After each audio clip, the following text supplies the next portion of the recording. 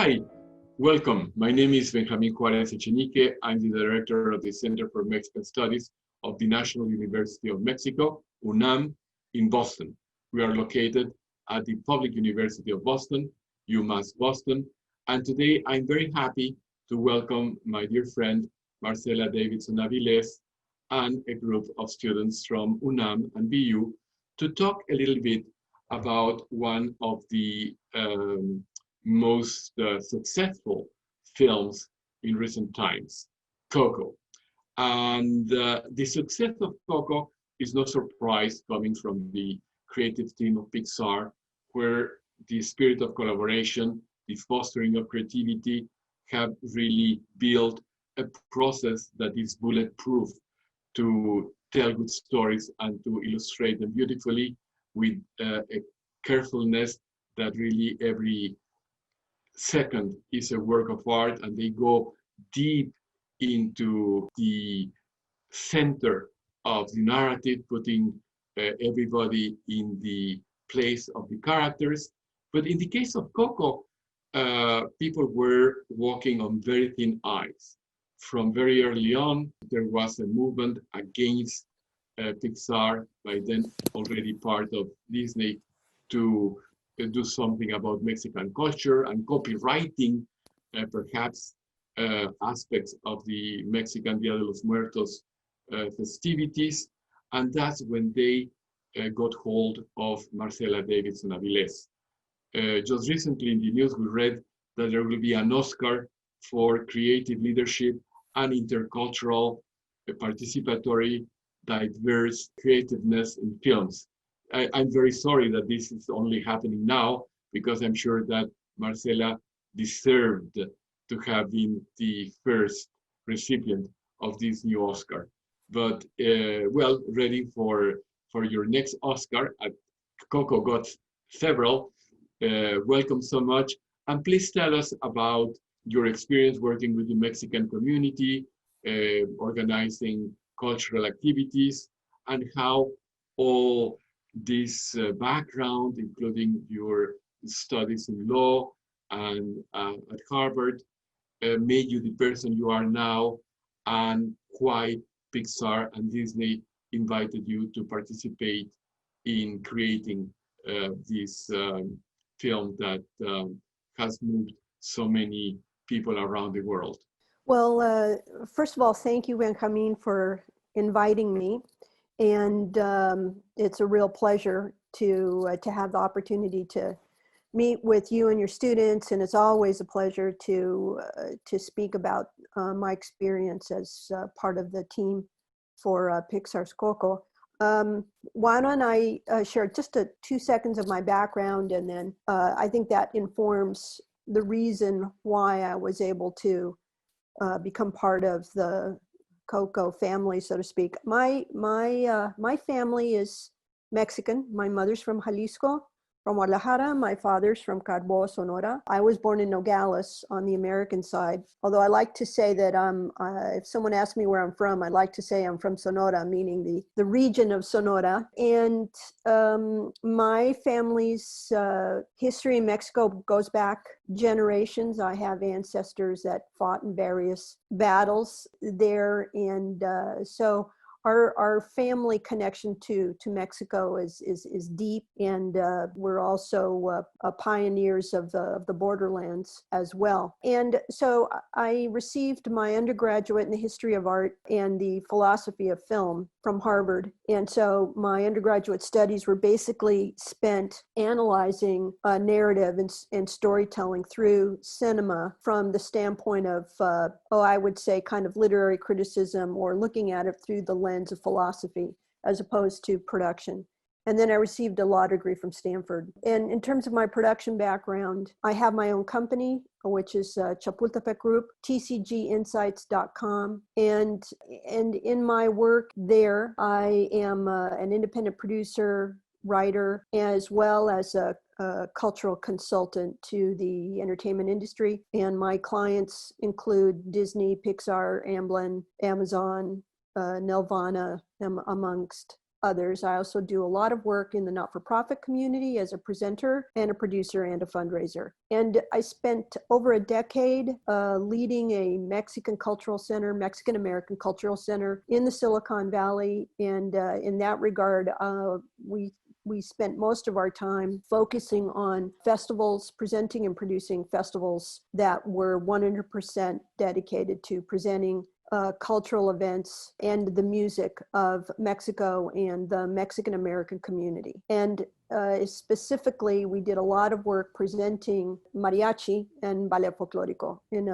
We ran the largest mariachi festival in the United States for over 10 years. But let me interrupt you here because it's very hard to organize a mariachi festival because many people believe that they have the only original voice of the mariachi.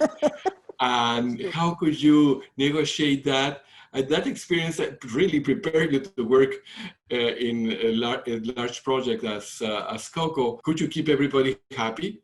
Was that your goal? No, I could not keep everybody happy. And that's actually a very, very good starting point, Benjamin, because, presenting mariachi is a bit like presenting jazz in the United States, insofar as there's a community of aficionados, of people who really love the music, who feel that they not only do they love the music, but they hold themselves out as being the experts. And so when there is someone who wants to be experimental or to push the envelope, it can be very controversial within the community. And that was the Mariachi Festival in San Jose was no exception. And it wasn't as if we were, doing super, super controversial things. It was, curating shows in which there would be a blend of, say, mariachi, son jarocho, and rock and roll on the same stage to examine the history of the song La Bamba.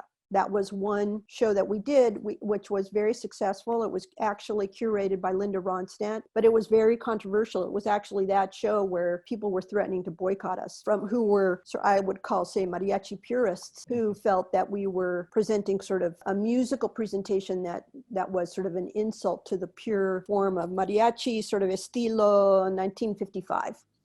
And so by the time Coco came around, and there was, as you say, there was a controversy. It was a project in which there was a lot of sensitivity from the very beginning because the director was not Mexican and the producer was not Mexican. And in the very beginning, there were very few people involved who were, at least in the United States. There was a whole team in Mexico, but nobody knew about it at the time. And so really in the United States, the controversy was over the buzz was more wondering, how will Pixar do this movie? The controversy really started when Disney's legal department filed an application to secure the trademark for the phrase Dia de Muertos. And when that occurred, that's when the concern about the movie blew up into controversy. And that happened over 4 to 5 days, where first there was an awareness of the trademark filing, and that was posted in social media. Then there were some academics who started posting about it.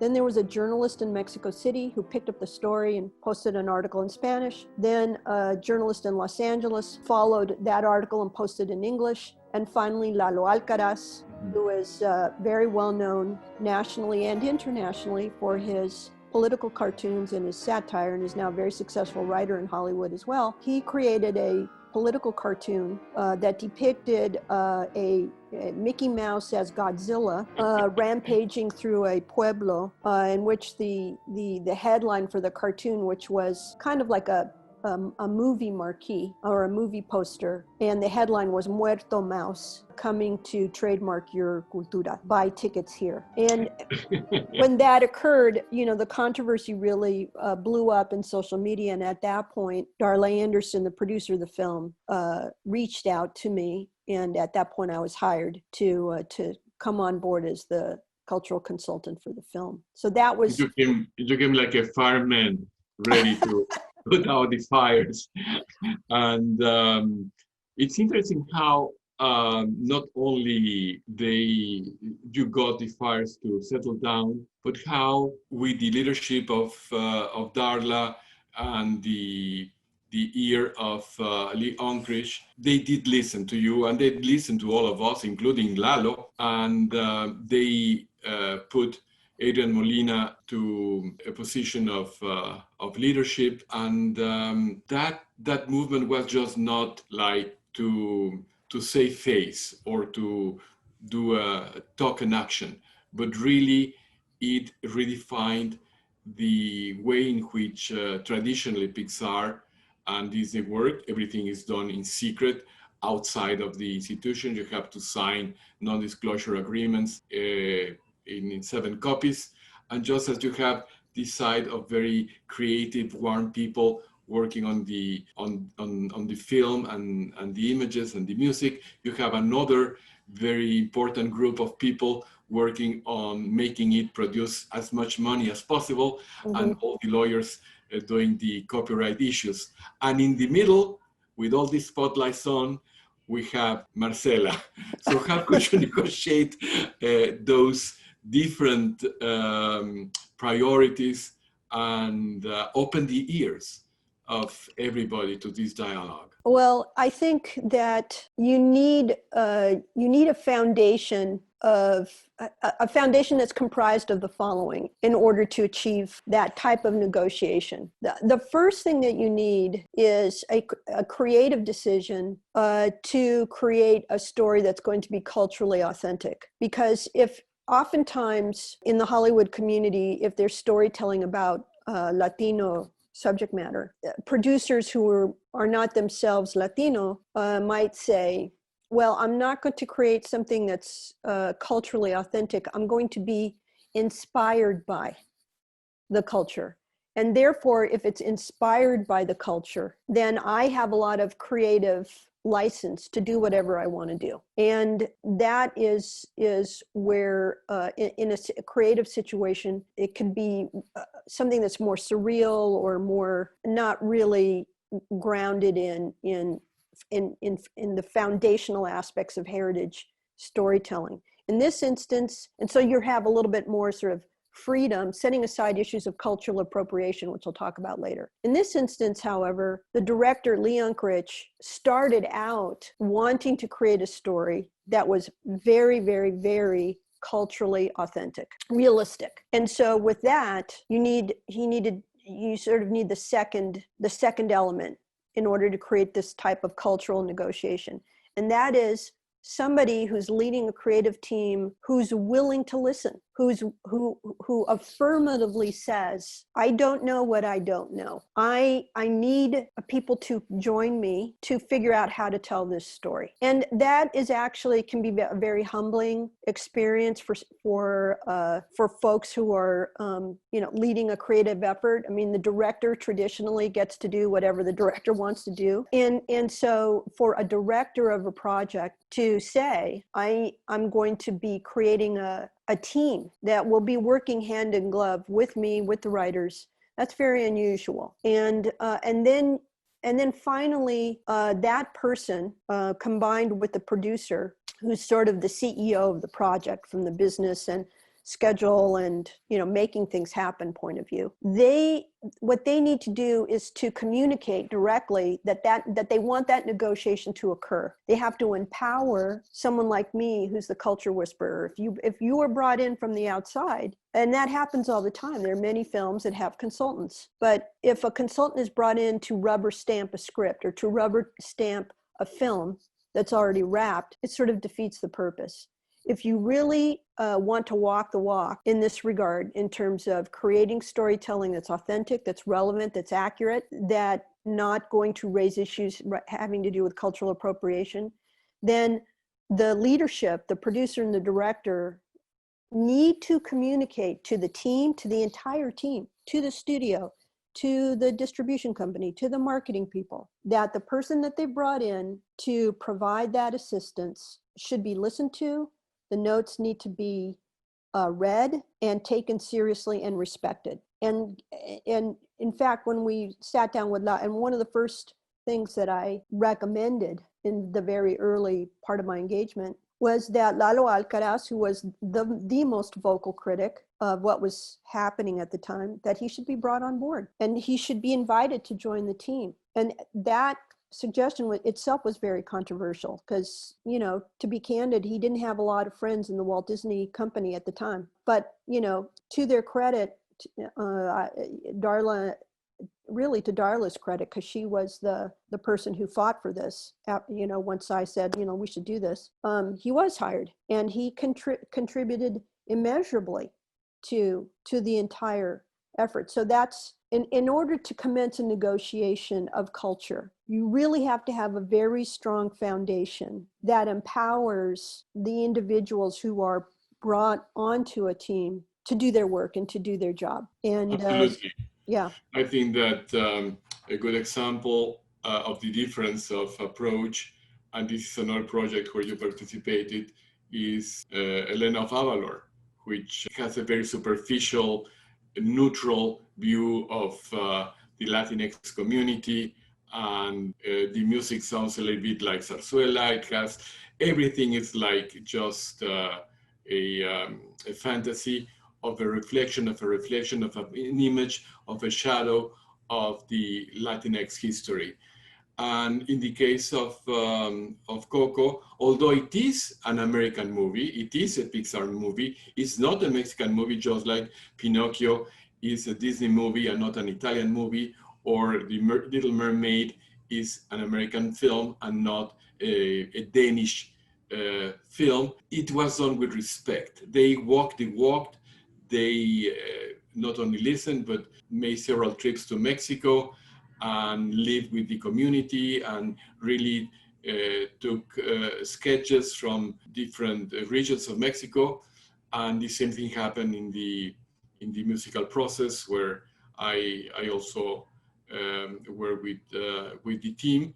But tell us about this seriousness in the cultural exploration of Mexico that the creative team of Coco did, and the time it took, because also the time and the cost of Coco, it's much more onerous than a regular Pixar movie. Let's say, for example, Ratatouille, they went to eat at all the great French 3-star Michelin restaurants. They visited the kitchens. They also went down to the sewers of Paris to see how rats live there. They did all this hard work. What was the and some of it was delicious, some of it was I'm sure unimaginable for us. But what was the journey of the creative team in the production of Coco? The way that Pixar creates its content and the way that other divisions of Disney do their storytelling is there are differences. And so with Pixar, the efforts are different insofar as there's a big budget, and one project takes many years. So for Coco, I believe, you know, we were at it for 7 years, and the budget was, I want to say, $225 million. The Disney Channel has a different approach. In, you know, the storytelling involves teams of people. There's not just one director for the episodes of a television show, and the budget is much, much smaller. But the difference between the two is that with Elena, the affirmative creative decision, which I, you know, as the consultant, I respected where they were coming from, was to create a program for preschoolers that was inspired by Latin America. So right from the get-go, the creative mission was very, very different. It was to create a 150% fantasy world that would be sort of kissed by the culture of Latin America, not, you know, not authentic. It would be inspired by. But with Coco, the creative mission was, we are going to create a story about a boy that is going to be set in a place, that's very, where if you see it, you're going to say that's Oaxaca. And it's going to be set during Dia de Muertos. And it's going to be, we're going to take a deep dive cinematically into a heritage cultural tradition as part of the story. And in order to do that, we are wanting to do it as authentically as possible. You know, it's interesting to note how another wonderful, fantastic filmmaker, Jorge Gutierrez, approached the project. And I would say that his project is very authentic in its own way. But he took he took some creative paths that are, you know, distinct from what Lee Unkrich did. And Lee really wanted to try to embrace as much as he could. He wanted to answer the following question. What he wanted to do was to say, what would it be like to be able to experience being reunited with someone you loved and lost? What would that be like? Whereas Book of Life was not about that. Book of Life was sort of a Romeo and Juliet story, right? But Coco was real, and that is kind of the heart of Dia de Muertos, isn't it? It's this desire, a yearning to be back with the people that you loved and lost. And to do that during Dia de Muertos, we engage in this process of making a memory in order to be reunited spiritually, some say physically, depending on one's beliefs, with those we loved and lost.